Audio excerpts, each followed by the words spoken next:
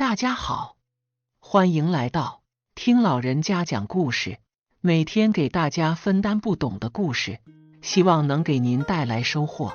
民间故事：少女贪淫，相约半夜咳嗽未好，媒婆夜间垂下布条即可。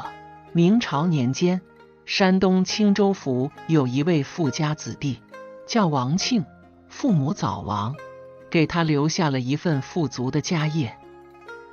王庆自小也读过书，只因无人管束，后来书没读好，但练就了一身吹拉弹唱、吟风弄月的本事，经常与一帮浪荡公子往来于风月场之中。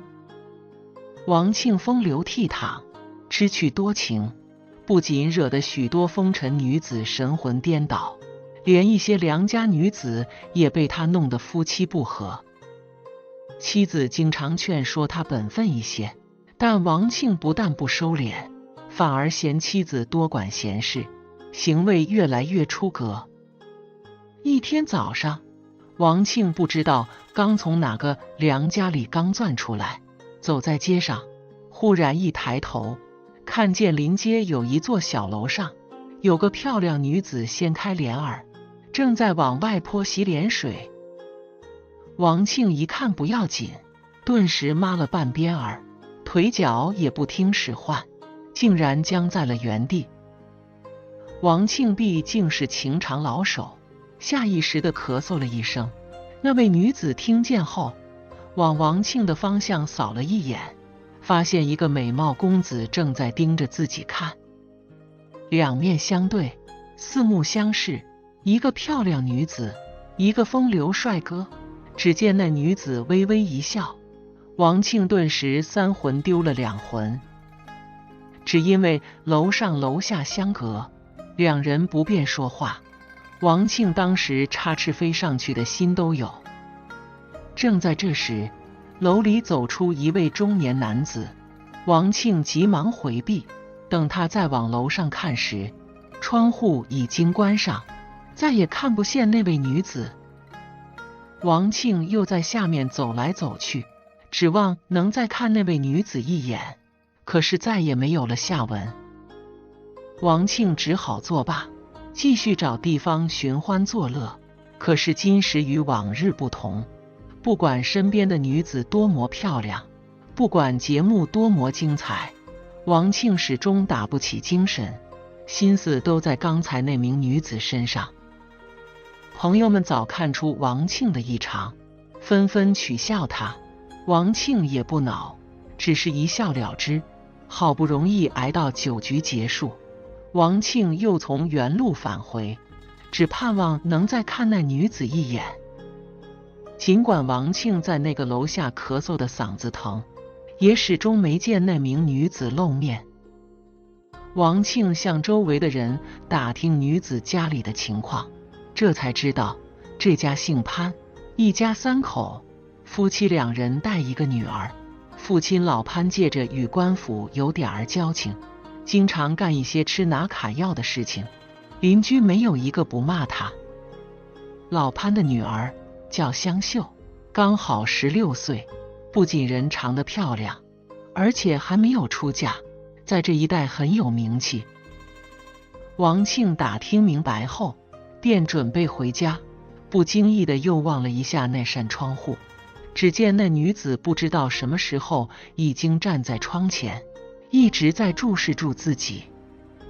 两人眉目传情，感觉心里都有些意思。从此，王庆便经常在香秀楼下转悠，而且都是以咳嗽为号，有时见一面，有时见不上。但是因为老潘太霸道，两人一直都没有找到合适的机会。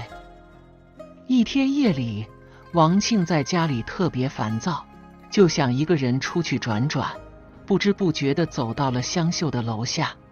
而香秀此时正好也倚在窗前，抬头赏月。王庆轻声咳嗽一下，香秀在上面看得清楚，两人会心一笑。王庆赶紧从袖中取出一个香囊，往上投去，正好被香秀接住，看了一眼便藏在衣服里。香秀身上没有带什么东西，只好脱下一只绣鞋扔了下去。王庆接住一看，小巧可爱，欣喜异常。两人互相打了个手势。正当热闹的时候，只听见香秀的父母在喊他，便匆忙把窗户关上了。王庆回家后，自己回到书房休息，拿出那只绣鞋在灯下把玩，脑子里闪出一幅幅景象，心中想到，这事儿需要有个人从中牵线搭桥，设法上楼才好。如果只是这磨凭空磨牙，眼饱腹饥，谁能受得了？左思右想，王庆想出一个计策，这才安心地睡下了。第二天，王庆带上银子，便走到潘家附近，在一家茶馆里坐下，正好能观察潘家的动静。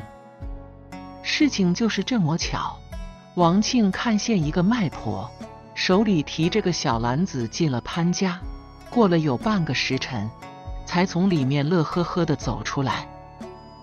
王庆赶紧追了上去，近前一看，这位卖婆不是别人，正是走街串户的王婆。名义上是个卖花的，实际上是借此说媒拉皮条，因此谁家的门都能进，谁家的事都门而清。王庆把她叫住，说：王妈妈，最近怎么不常到我家里走走？我们家里那些女眷都等着你的花儿呢。王婆说：我早就想去拜会大娘，可惜最近总有些琐事，一时绊住了身子。两人边说边走到了王婆的门口。王婆有个儿子叫王猛，在家里做屠宰生意，为人粗暴，酗酒成性，有时坏脾气一上来，对王婆非打即骂。王婆请王庆到家里坐一坐，王庆却忌惮王猛的为人，不敢进去，说道：王妈妈，能不能找个地方借一步说话？王婆一听，说：我先进去放一下东西。过了一会儿，出来问道：大爷有什么事情？尽管说。王庆把他请到一个酒楼上，点了好酒好菜，对王婆说：我有一事要麻烦妈妈，只怕你做不来。王婆笑道：不是我夸口，在这一带还没有我不知道的事情，更没有我想办却办不成的事情。有事情你尽管说，包在我身上。王庆说：如此便好。于是把身子探上前去，低声说道：我遇到一个漂亮女子，对我有些意思，可惜没有人从中牵线，一时间难以上手。听说王妈妈与她家里最熟，特意把你找来，去帮我知会一声。如果此事成了，我绝不会忘记你的恩情。今日我先给妈妈10两银子作为定金，事成之后，我再奉送20两。说完，便掏出10两银子。王婆眼前一亮，说道：银子是小事，你先告诉我是哪一家的姑娘。王庆把银子往他面前一推，说道：正是潘家的女儿香秀，你与她熟悉吗？王婆说：原来是那个闺女，我平时见她一本正经的，听说还是个雏儿呢，不像是要出来打野食儿的，她怎么住了你的道儿？王庆把自己如何遇到他如何送自己绣鞋的事情告诉了王婆。王婆说道：这个事情可不好办。王庆急忙问：怎么了？王婆说：他家的老子太凶，家里除了他们3人，再也没有一个闲人，平时家里管得严，不好进他的家门啊。这个我还真不敢打包票。王庆说：刚才你还说没有办不成的事呢，怎么现在往后缩了？难道是嫌我银子给的不够？如果你能把事情办成，我再多给你2匹好布料，王婆献了白花花的银子，心里早已动了火，想了一会儿，说道：如果你是真心想做成，我便替你去试一试。如果成了，是你们两人的缘分；如果不成，也不要怨我无能。这银子你先收起来，等事情办得差不多了，我再来找你要。只不过那只绣鞋要先给我，我带上它，好去做个话头。王庆说：你不收银子，我怎么能放心？王婆就等这句话，说道：既然如此，那我就先收下。如果事情不成，我再退给你。王庆把绣鞋从衣袖里拿出来，递给王婆。王婆仔细看了看，说了句妙，然后连银子带鞋都收了起来。两人又喝了几杯酒，便一起出门了。临别时，王婆又嘱咐道：此事性急不得，待我慢慢为你谋划。王庆说：好饭不怕晚，只求妈妈用心，静候佳音便是。且说香秀自从见了王庆之后，竟患起了相思病，整天茶饭不思，心想：我若是能嫁这样一个人，也不算白活一世。但不知道他姓甚名谁。那天晚上，香秀得了王庆的香囊，恨不得当时跳下楼去，与他一走了之。此后没事的时候，便把那个香囊拿出来把玩，对什么事情也都不上心。这一天，香秀又在家里犯花痴，忽然听到楼下有人说话，走到楼梯口一看，正是卖花的王婆，便赶紧招呼她上楼。两人见面之后，寒暄了半天，又看了半天的花。香秀从她的篮子里选了几枝花，付了银子，突然看见底下有个红绸包，香秀特别好奇，便问王妈妈：这是什么？王婆故作神秘道：这是一个要紧的东西，你可看不得。香秀是个小孩子脾气，说道：怎么看不得？我偏要看。说完便上去抢。王婆假装躲避，却故意露了个破绽给他，让他把红绸包抢在手。香秀笑着打开一看，顿时傻了眼，原来正是那天晚上他送给王庆的那只绣鞋，瞬间脸长得通红。王婆顺势把鞋抢过去，说道：别人的东西你只管乱抢。香秀假装不知，说道：只是一只绣鞋而已，有那么珍贵吗？还神神秘秘的。王婆说：你是觉得没什么，但有人却把它看得比命还重，让我四处寻访配个对儿呢。香秀知道是那人来让王婆通风报信，心中欢喜，便也不好再隐瞒，取出另一只绣鞋来说道：妈妈，我这里倒是有一只，正他与他是一对儿。王婆说：鞋是对上了，可人怎么办呢？香秀害羞地低下头，说道：这件事情既然妈妈都知道了，我也无需隐瞒，正好借此问个明白。那个人是谁？平时是做什么的？王婆把王庆好好的夸奖了一番，说道：那位官人叫王庆，为人潇洒多情，家里财产颇多，现在整天对你念念不忘，茶饭不思。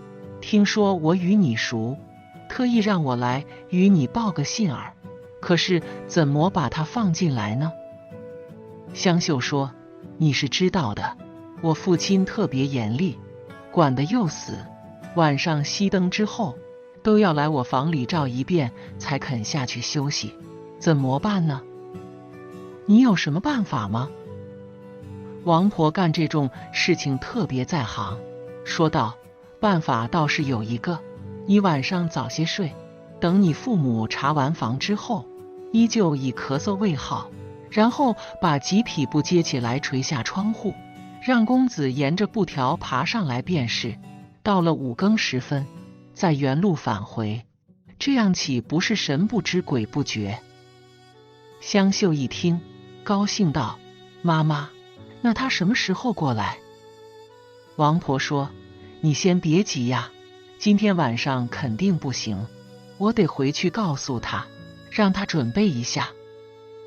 你把这只鞋也给我吧，我以此为信物，回去向他知会一声，就明天晚上吧。”香秀说：“这样最好，等他明天晚上过来的时候，正好把2只鞋都带给我。”两人又假装聊了一会儿，便散了。你说王婆这种人吧，害一个武大还不够，连这众良家女子都要害，这种人真是祸害。王婆出来后没有回家，而是直接去找王庆报信。可是不巧，王庆又出去鬼混了。第2天一大早，王婆又去找他，家里人说昨夜没有回来，不知道去哪儿了。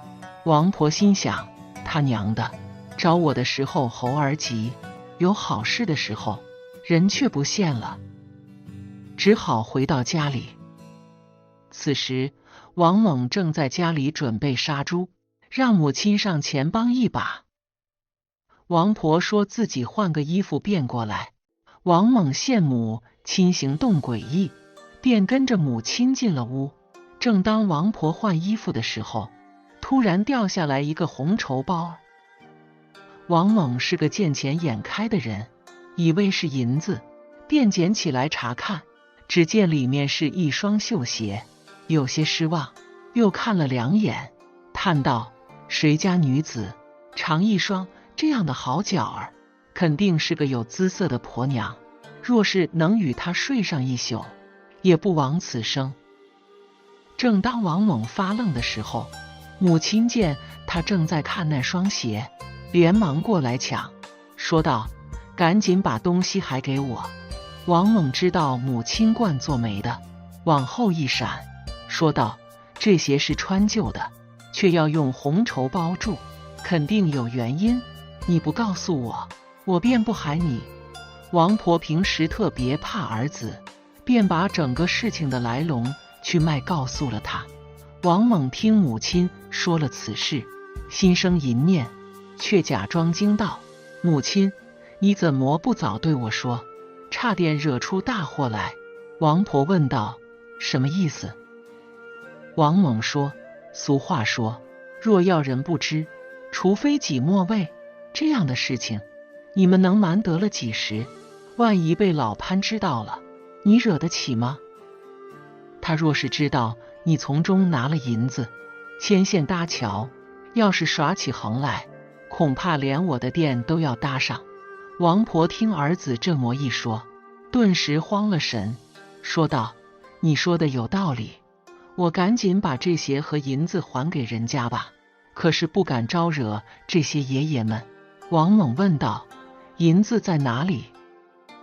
王婆便取出银子给他看。王猛一把夺了过来，说道：“母亲，这银子和鞋都先放在我这里，万一日后他们从别人那里弄出事来，连累到你的时候，便把这些东西拿出来做个证物。若是到不了这步田地，这银子他们也不敢来要。”王婆问：“那王庆那里怎么回话？”王猛说：“你只说老潘家管得太严，一时不好下手，若有机会再告诉他。他那个花花公子的习性，时间一长便会换了口味。”王婆见儿子拿了银子和鞋，既不敢上来要，又怕弄出事来，更不敢去找王庆。且说王猛胆子够大的，拿着银子后，立即出去置办了一身行头，带上那双绣鞋，准备夜深人静的时候去赴约。3更时分，王猛到了香秀的楼下，轻声咳嗽了一下。香秀早在里面等不及了，便把接在一起的布条垂下窗子。王猛见后满心欢喜，顺着布条就爬了上去，两人对此渴望已久，根本没有时间说话，香秀就被王猛引屋了。当时全城没有点灯，互相根本看不清脸。事后王猛拿出绣鞋，两人还互相倾诉了一下想念之情，情不自禁，欲罢不能。直到4更时分，王猛才顺着布条下了楼。此后只要是没有月亮，没有刮风下雨的晚上，王猛必然来相会。如此持续了有半年之久，荒唐吧？时间一长，老潘夫妇就看出了女儿的不对劲，便3番5次地审问她，香秀只是不承认。一次，香秀对王猛说：“这是我父母已经察觉，最近你先不要来了，万一被撞破就不好了。”王猛虽然嘴上答应，但是心中不快，完事之后便回去了。老潘对妻子说：“既然这丫头不承认，不如我打她一毒，看她还说不说。”妻子说：“家丑不可外扬，如果把事情闹大了，最后吃亏的还是我们自己，还要被别人看笑话。我倒是有个办法，不如我们与女儿换个房间睡觉，到时就什么都清楚了。”老潘说道：“妙招儿。”随后他们便让香秀搬到了楼下，睡觉的时候还把她的房门反锁上。老潘和妻子在女儿的房里睡下，说道：“今晚若是有人上楼，我们便以偷盗论罪，当场结果了他的性命。然后窗户也没有锁死，专等抓人。”且说王猛听了香秀的话，确实激天莫来，但后来实在忍不住，又想去找香秀，怕被老潘捉奸，随手便带了一把杀猪刀。可是王猛一连去了几夜，连着咳嗽了几声，就是不见香秀放绳子下来。本来他以为香秀睡住了，但接连几天都是这样，便有些不耐烦了，甚至有些愤怒。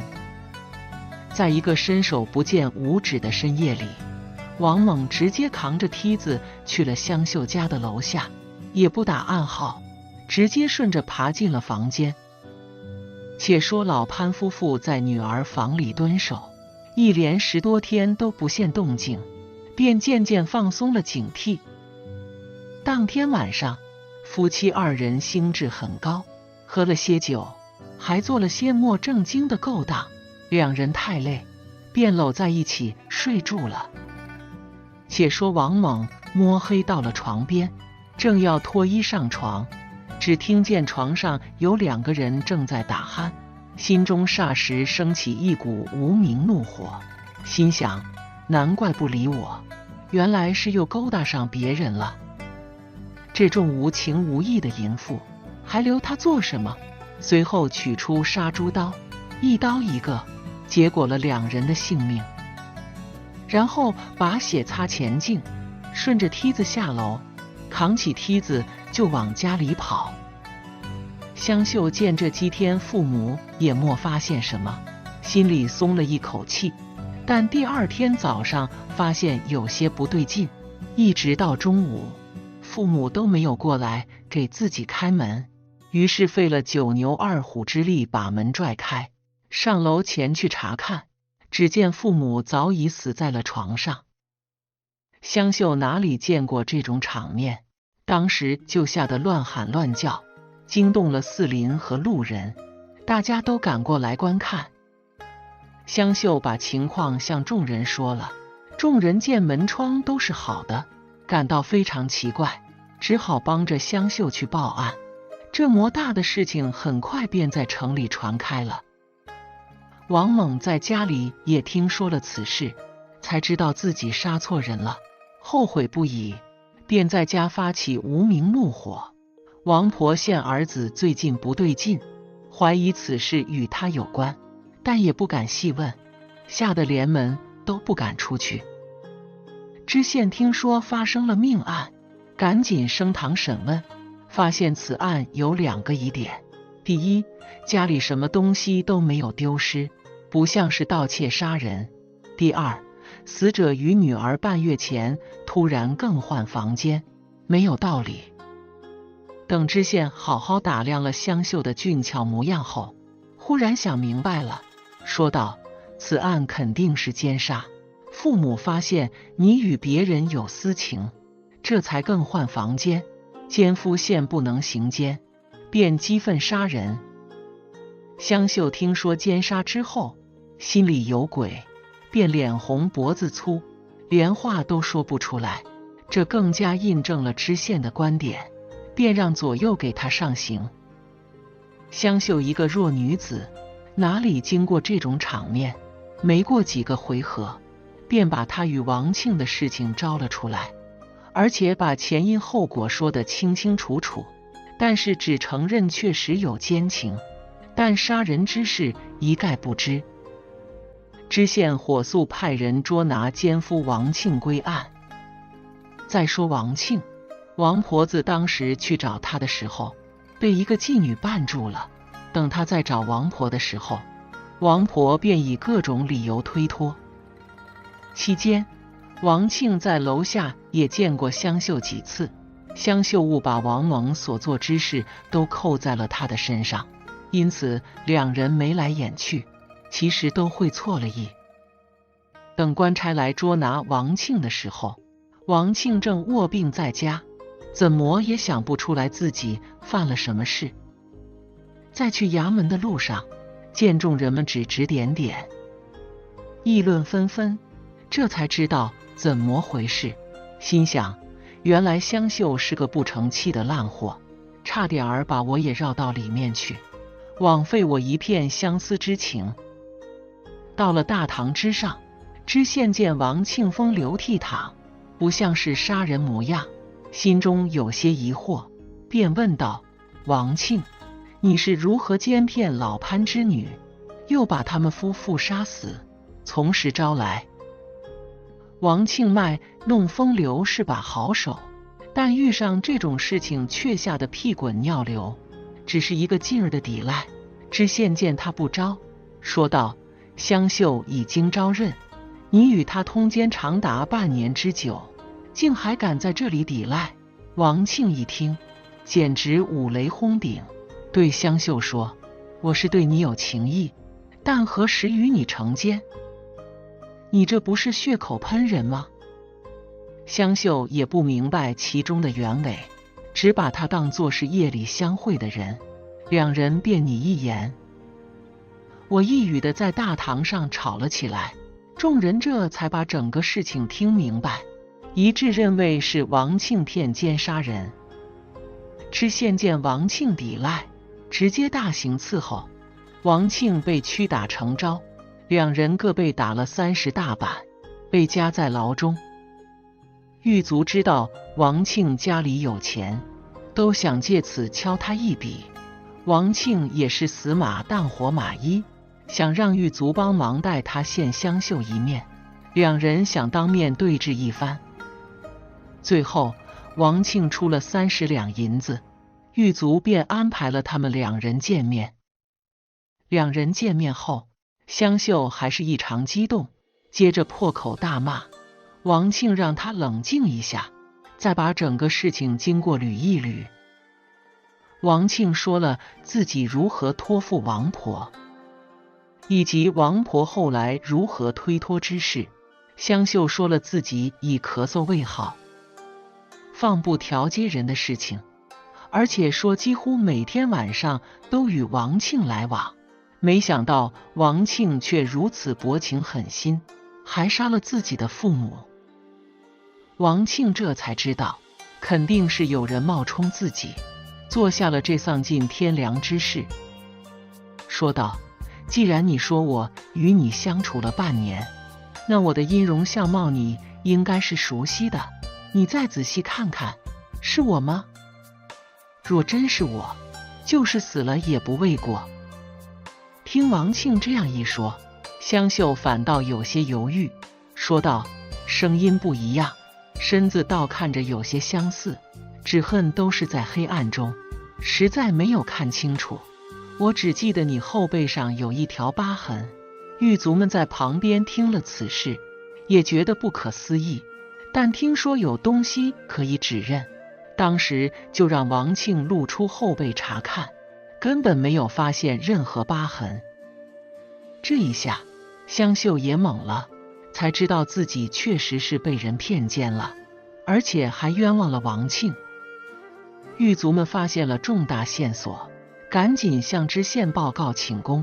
知县知道此事后，将整个事情原委又审问了一遍，发现此案还有一个关键人物，就是王婆。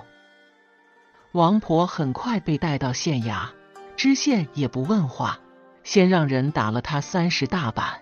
王婆受不了苦，便把儿子拿走绣鞋，以及与儿子诓骗王庆的事情都说了。知县又让人把王猛捉拿归案。抓到王猛的第一件事，就是先查验他后背上的疤痕，果然与香秀所说一致。知县此时已经确认王猛是凶手无疑，但王猛还是叫冤喊屈。香秀一听到王猛的声音，大叫道：“正是此人，他害得我好苦啊！”王猛这才发现人证物证俱在，也不好再抵赖，为了免打，便把自己奸骗及杀人的事情统统都招了出来。知县让人先打王猛50大板，问成死罪。王婆因引诱良家妇女成奸，被判流放。王庆虽说没有成奸，但此事皆因他贪淫而起，也被判为流放，只是允许他家里取保那赎。至于香秀，与人成奸害死父母既成事实，虽说被人骗奸，但也因自己贪淫所致，被当场判未斩罪。香秀听后万念俱灰，心想：我被王猛骗奸，父母因我而死，羞愤难当，我已无颜活到斩首那天。起身便撞向了大堂的立柱上，当场脑浆迸裂而死。可怜一个如花似玉的少女，因为一个淫字，害了一家人的性命。知县见香秀当场撞死，心中不忍，一气之下又让人打了王猛50大板，只给他留下一口气等死。然后让人把老潘家中资产变卖充公，买了3口棺材把他们埋了。且说王庆见香秀撞墙而死，心中十分可怜，想到都是因为我的不检点，才害了他们一家人。回家之后，王庆上交了宝银，调养好了身子，在寺庙里摆了一个道场，超度香秀父女3人。从此自己吃斋念佛，再也不干奸淫妇女之事，一直活到70寿终。正所谓万恶淫为首，色字头上一把刀。此故事虽说有些夸张，但却皆是因淫而起，这里面有太多的巧合，如果有一个环节或者某个人存有正念，都不会出现最后的恶果，至今对世人还有很大的教育意义。切莫做那些偷鸡摸狗、淫人妻女的勾当，报应迟早会来，只是早晚而已。好了，今天的故事就到这里了。看完这个故事后，不知道你有什么感想，希望能给您带来收获。欢迎在下方留言，不要忘了点赞和订阅。感谢您的观看，我们下期节目再见。